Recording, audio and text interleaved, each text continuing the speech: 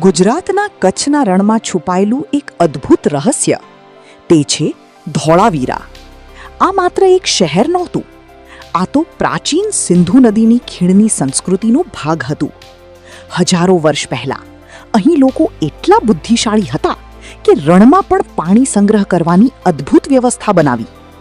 મોટા તળાવો, વરસાદી પાણી સંગ્રહ કરવાની ટેકનિક અને પાણીનો સચોટ ઉપયોગ. ધોળાવીરા આ માટે ખાસ પ્રસિદ્ધ છે.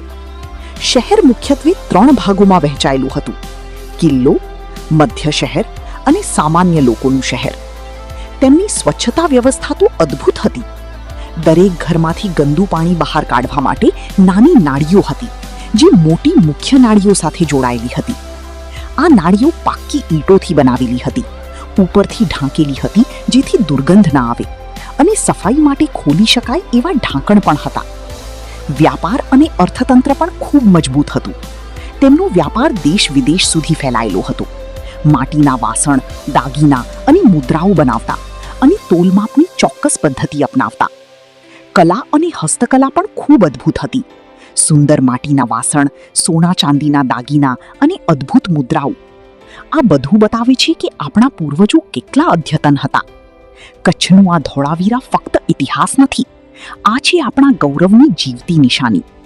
વિડીયો પસંદ આવે તો લાઈક, શેર અને સબસ્ક્રાઇબ કરવાનું ભૂલશો નહીં.